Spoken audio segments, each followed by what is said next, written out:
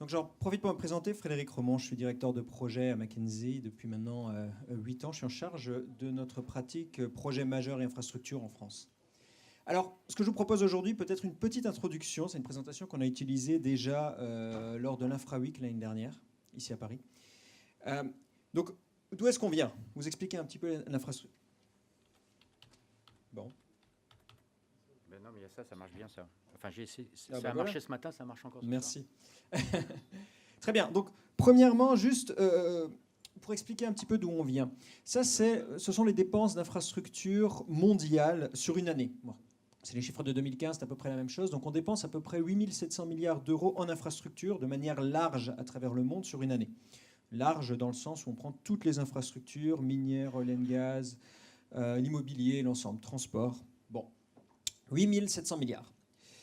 Ce qu'on a remarqué aussi, c'est que pour soutenir la croissance dans les prochaines années, et là on regarde la période jusqu'en 2035, il nous faut 9 800 milliards. Il faut un peu plus. Vous voyez comme c'est réparti. Là, la part de l'immobilier est toujours très importante. Que ce soit dans les dépenses actuelles ou dans les dépenses futures, c'est à peu près 50% de la dépense globale des infrastructures, l'immobilier. Donc, voilà, ce qui est arrivé à la conclusion assez rapide de dire, bon, comment est-ce qu'on fait pour arriver à financer l'ensemble de tout ça? Et pour comprendre, on a dû aller dans un niveau un peu plus granulaire, qui est un niveau pays. Donc on est descendu au niveau pays, on s'est dit, si on regarde la partie gauche, on s'est dit combien est-ce que les pays dépensent en termes de pourcentage de leur PIB dans les infrastructures. Et vous voyez que par pays, encore une fois, c'est un pourcentage de PIB, donc ça devrait être comparable, mais par pays, on a de vraies différences. La Chine, bon, c'est compréhensible. Des pays en voie de développement vont dépenser plus, pourquoi pas. La Chine dépense énormément, 8% du PIB. D'autres pays suivent. La France est dans les pays développés, pays européens développés, Italie, UK, Germany. Bon, on est à peu près à 2,1%. La problématique, c'est que chaque pays n'a pas forcément besoin de la même chose. Et donc, la question qui se pose, c'est est-ce que la dépense est suffisante pour couvrir les besoins de croissance en PIB de chaque pays? Et donc, la partie droite compare les écarts entre les dépenses planifiées et les besoins en infrastructure estimés. Effectivement, il y a quelques pays qu'on peut remarquer qui dépensent plus que ce qui est nécessaire. Donc la Chine, par exemple, l'Australie, l'Indonésie, des pays qui volontairement dépensent plus, mais aussi d'autres pays qui dépensent beaucoup moins. La France ici est plus ou moins à l'équilibre, mais il y a quand même beaucoup de pays qui dépensent beaucoup moins que nécessaire. Du coup, on s'est posé la question, comment est-ce qu'on peut réduire cet écart? Quelles sont les possibilités? Alors c'est relativement simple, on sait très bien que les dépenses publiques, c'est quelque chose qu'on ne peut pas forcément étendre à foison. Donc c'est quelque chose qu'on a considéré comme limité. Et on s'est dit, en termes d'infrastructure, qu'est-ce qu'il est possible de faire? Et de manière très simple, on a regardé plusieurs catégories. On s'est dit, il est tout à fait possible de sélectionner les projets qu'on veut faire. Sélection rigoureuse de projets, qui nous permettrait de gagner à peu près 8%. Il est possible aussi de maximiser les infrastructures existantes. Et c'est réel. On n'est pas toujours obligé de remplacer les infrastructures. On peut faire du brownfield aussi. Et il est possible d'optimiser l'exécution des projets. C'est là qu'on va revenir vers le BIM. Mais encore une fois, cette présentation a été montrée à l'Infra Week et les gens étaient vraiment intéressés à savoir qu'est-ce qu'on peut faire dans l'exécution de projet pour l'augmenter. Donc on est allé un peu plus loin et on est allé vers cette fameuse courbe. C'est une courbe globale ici. Je vais représenter la France par la suite, mais c'est une courbe qui représente l'ensemble du monde. Qu'est-ce qu'elle représente? La courbe, c'est la productivité ou l'évolution de la productivité à l'échelle mondiale de 3 industries. En fait, la plus haute, l'industrie manufacturière. La deuxième, l'ensemble de l'économie. Et la troisième, la construction. Bon, la plus basse. Alors, qu'est-ce que ça veut dire? Ça veut dire que pour la construction, pour chaque heure travaillée en construction, on ajoute 25 $ de valeur brute. Pour chaque heure travaillée. Pour l'économie entière, 37 $. Et pour le manufacturier, 39 $. Alors, il y a deux choses ici. Il y a la valeur absolue, qui est faible par rapport au reste de l'économie. Il y a aussi l'évolution. Et l'évolution, c'est vrai, est relativement faible. Ici, les chiffres datent de... Donc l'indice 100 est à 1995, mais c'est vrai que si on regarde même avant, depuis 1945, les progrès ne sont pas spectaculaires dans la construction. Donc de vrais problèmes fondamentaux de la construction. Et quand on regarde sur la France, j'ai mis même ici, je pense, oui, j'ai mis d'autres pays. Donc, on regarde la France, c'est effectivement la fameuse courbe, proche de l'INSEE aussi, qui montre que la France a réduit sa productivité sur la période 2002-2005, début 2000, productivité dans la construction. Alors, les États-Unis n'ont pas fait beaucoup mieux, le Royaume-Uni, l'Allemagne se sont maintenus. Par contre, enfin, les 4 pays ici ont des économies, ensemble de l'économie, qui ont progressé. Donc une productivité qui augmente, PIB qui augmente. Donc ça pose quand même des questions, cette problématique de la construction. Alors ce qu'on a fait, c'est qu'on a essayé de comprendre et on a commencé par un sondage. On a simplement dit, OK, allons voir tous les acteurs de la construction, vous.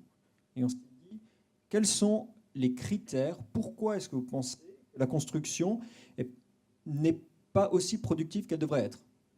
Et pourquoi cette tendance ?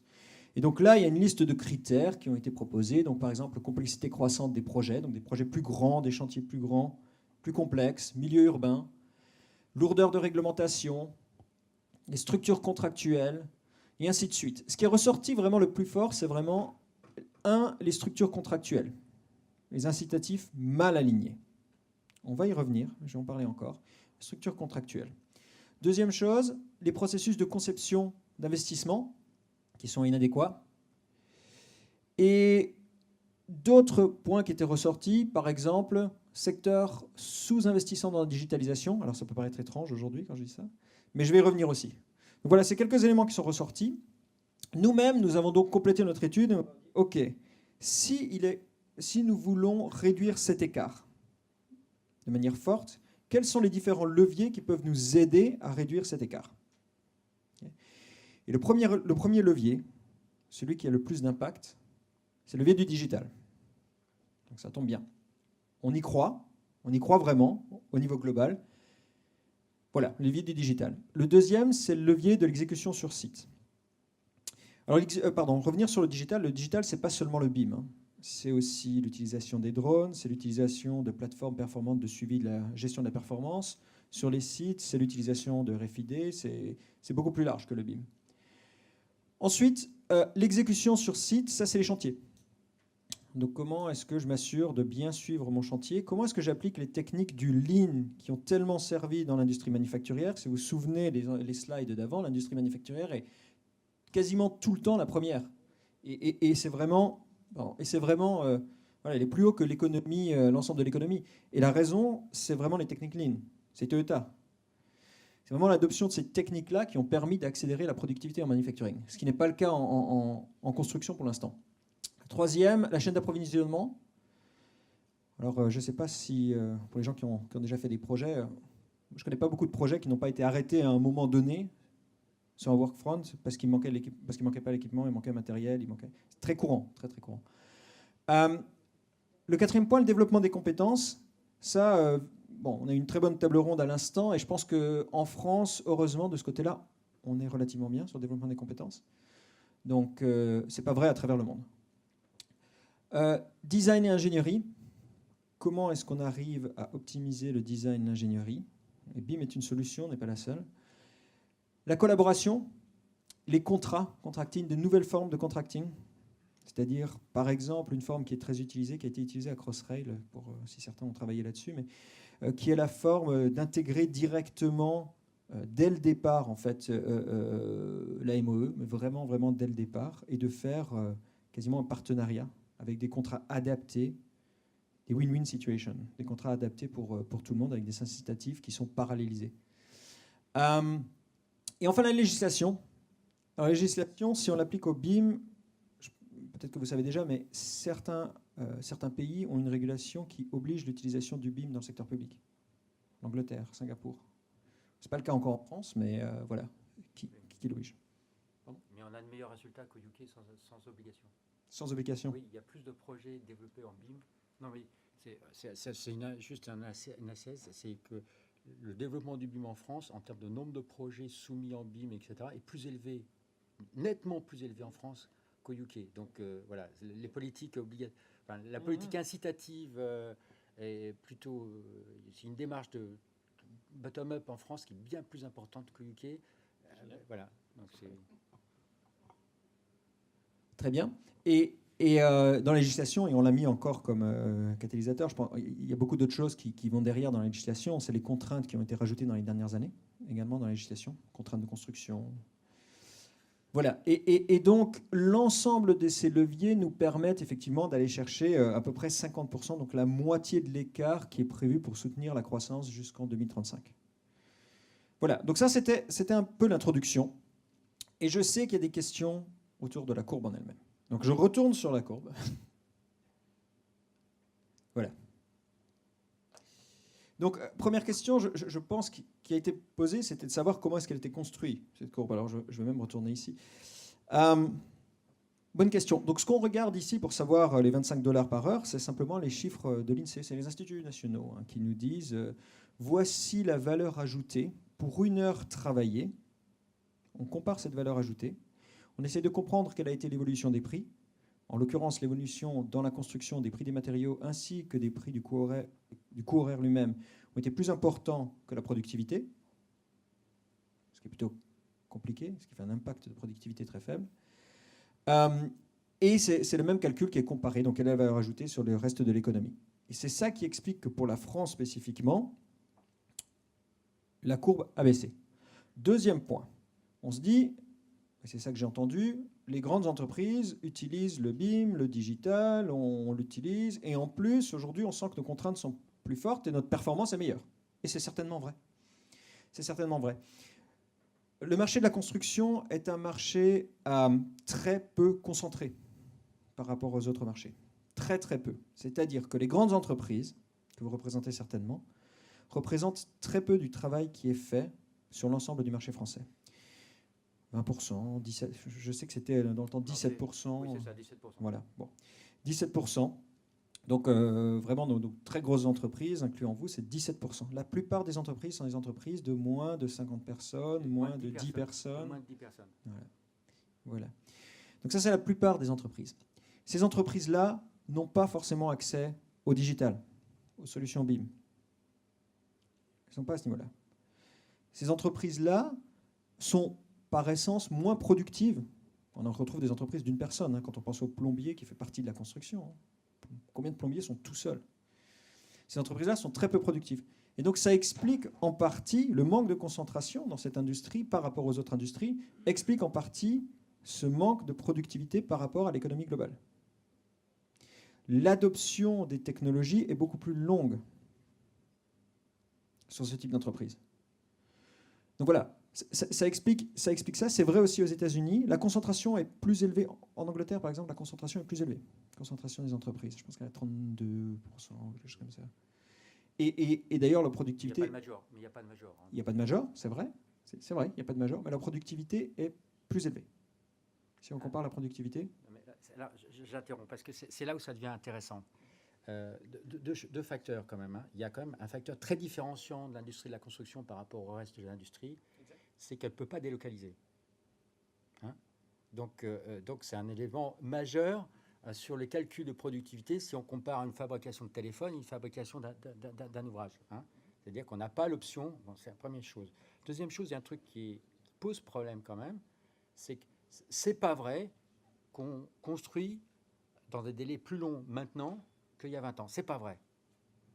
Donc on construit plus vite. On construit le cycle, étude, conception, réalisation, est plus réduit.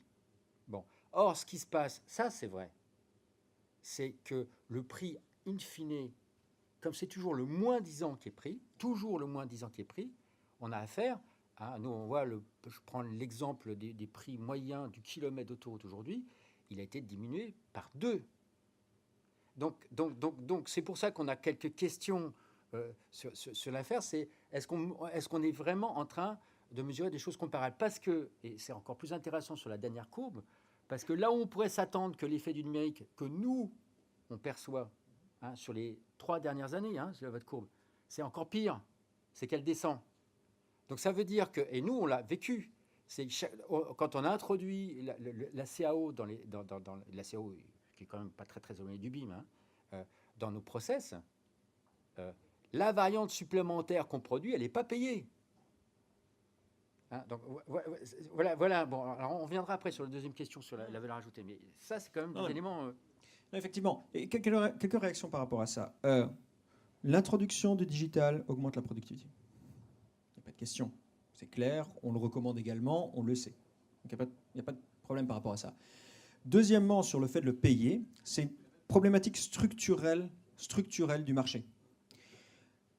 Le marché de l'infrastructure est un marché souvent de secteur public.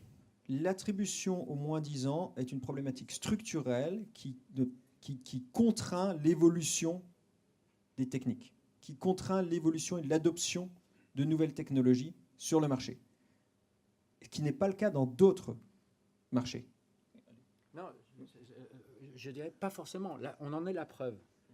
Mais c'est pas parce qu'on introduit des nouvelles technologies, et c'est la question auquel je voulais arriver, que ça se traduit par le fait que la valeur ajoutée qu'on introduit est effectivement rémunérée.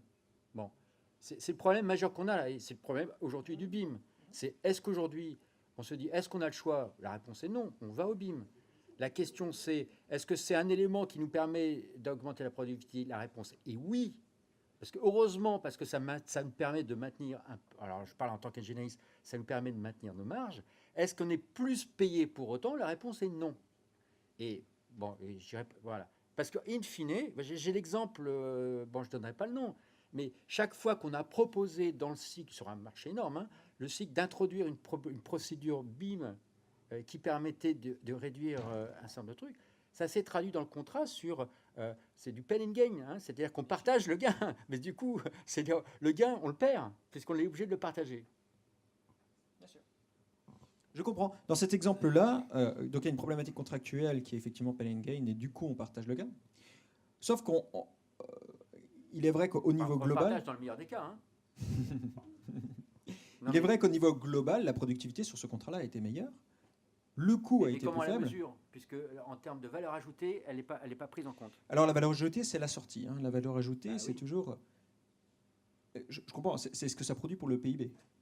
C'est-à-dire qu'en fait, au bout du compte, notre prestation, elle a baissé. Du coup, la prestation a baissé. Donc, si vous mettez le temps passé par rapport à la valeur, en fait, en résultat du compte, voilà, il n'y a pas de progression de productivité. Alors, encore une fois, sur le calcul du PIB, il regarde l'ensemble de l'extrant, hein, donc vraiment de la sortie, de ce que ça produit pour oui, mais le marché. Je prends l'exemple d'une autoroute, si on passe de 10 millions du kilomètre à 4 millions du kilomètre, en termes de PIB, ça fait chuter le PIB. Effectivement, parce que la marge a baissé. C'est une problématique. Non, notre marge a baissé, ça c'est Exactement, sûr, exactement. parce que nous on était payé 10% du montant des travaux, donc on est deux fois perdant parce qu'on est payé maintenant 5% du montant des travaux qui a diminué. Exact. Et voilà. Et encore une fois, ça c'est une problématique. Enfin, moi je reviens toujours sur la partie contractuelle. C'est effectivement si le contrat donne 10%, ce qui n'est pas le cas quand on fabrique des téléphones. Il n'y a personne qui penserait à pas être un contrat où c'est 10% de marge fixée sur un téléphone. Donc c'est encore une problématique contractuelle typique du métier de la construction de l'infrastructure. Très typique. Non, mais c'est pour ça. Alors, on va passer au deuxième sujet. Mais c'est pour ça que dire. Non, mais parce qu'il faut terminer. C'est pour respecter le timing du coup. Non, parce que je voulais venir une deuxième question. C'est la deuxième question. Là, on voit qu'il y a un enjeu qui est les relations contractuelles qui pèsent à fond. Bon, reste que, et c'est comme pour ça qu'on est là, c'est quelles leçons on peut avoir des autres secteurs pour que, et c'est tout le travail de cette journée-là, c'est faire émerger de la valeur ajoutée qui puisse être rémunérée à sa juste valeur, indépendant. Voilà la question. Alors, par rapport aux autres secteurs, ce qu'on peut reprendre, c'est que, ce sont toujours les premiers adopteurs qui vont profiter en premier du bénéfice de l'adoption. Ça, c'est très clair. C'est vrai dans plein d'industries, c'est vrai on l'a vu à chaque fois. Le problème, c'est l'investissement. Et c'est pour ça que je retourne vers les grosses entreprises. Quand on fait des tables rondes de notre côté, on fait souvent des tables rondes avec l'industrie du BTP, avec d'autres personnes qui nous disent « Mais comment est-ce qu'on fait ça? Comment est-ce qu'on change cette loi du moins 10 ans pour dire sur ce projet-là, oui, ça va nous coûter un peu plus cher, parce qu'on va introduire des drones, on va introduire du BIM. Ça va nous coûter un peu plus cher, sauf qu'on aimerait vraiment l'adopter, on aimerait vraiment le comprendre et être plus productif par la suite pour le faire. » Ceux qui se lancent, habituellement, arrivent dans une situation où ils arrivent vraiment à retirer, à être plus productifs. Ça ne dure pas longtemps. Ça ne dure pas longtemps. Absolument. Parce Alors, que l'autre... c'est un bon exemple, le drone, parce que le drone, ça dure très peu de temps, parce que ça se traduit aujourd'hui par une chute massive du coût de l'acquisition de la donnée. Exact. Donc voilà, donc la valeur ajoutée, elle chute avec ça. Donc voilà. Donc, Et donc, ce qu'on peut apprendre des autres industries, c'est qu'on n'a pas le choix d'innover. ah oui. On n'a pas le choix. C'est-à-dire qu'à partir du moment où on adopte une technologie, on se sent confortable avec cette technologie, c'est-à-dire que les autres peuvent l'avoir aussi. Aussi simple que ça. Et là, il faut savoir comment innover, comment continuer. Voilà. C'est vraiment ça. C'est vrai pour les téléphones, on le disait avant, c'est vrai pour la pharma, c'est vrai pour plein d'industries. Voilà, donc reste pour nous une question du coup ouverte et qui pose une contradiction parce que dans Mind ou dans Building Smart, on a tendance à dire pour innover, il faut qu'on soit collaboratif. Mais alors du coup, comment on fait pour être discriminant si on collabore sur la recherche et développement? Vincent, tu... Une question? J'ai quand même une remarque à faire dans les secteurs que vous comparez. Certes, l'industrie de la construction, si on peut la qualifier comme telle, c'est quelque chose de excessivement fragmenté, vous l'avez dit. Il y a quand même une chose totalement supplémentaire par rapport à ça. C'est que je vais faire excessivement caricatural, donc vous m'excuserez de la caricature. Mais il y a les marchés pour ceux qui pensent et il y a les marchés pour ceux qui exécutent. Il n'y a personne qui optimise l'ensemble. Exact. Donc, à mon avis, il y a déjà là-dedans une énorme source, un énorme gisement de raisons qui explique aussi la courbe. La structuration du marché est très vraie. Hein. C'est très vrai. D'ailleurs, encore une fois, je réfère aux tables rondes qu'on a eues dernièrement. Un des points qui ressortait, c'était de savoir c'est à qui de révolutionner ce marché-là. Qui est en bonne place? Et c'est normalement pas les exécutants qui répondent avec un contrat au moins 10 ans, ce n'est pas forcément les pensants. Et la question est, est-ce que ça devrait être le régulateur? C'est une bonne question. Est-ce qu'on peut changer le régulateur, lui faire... C'est une bonne question. Il n'y a pas de réponse facile. Il n'y en a pas.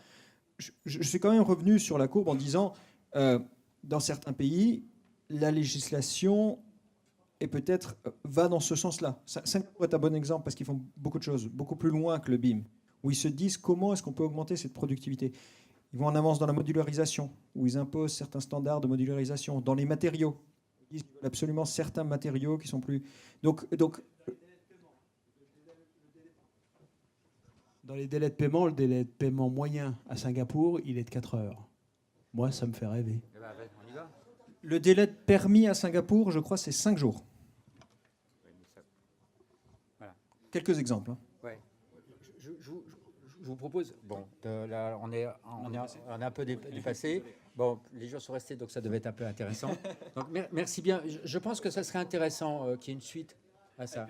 Donc, je crois qu'on va réfléchir au niveau du CSC de Building Smart. Je pense que c'est un débat très intéressant. Peut-être on organisera Building Smart France et Mind une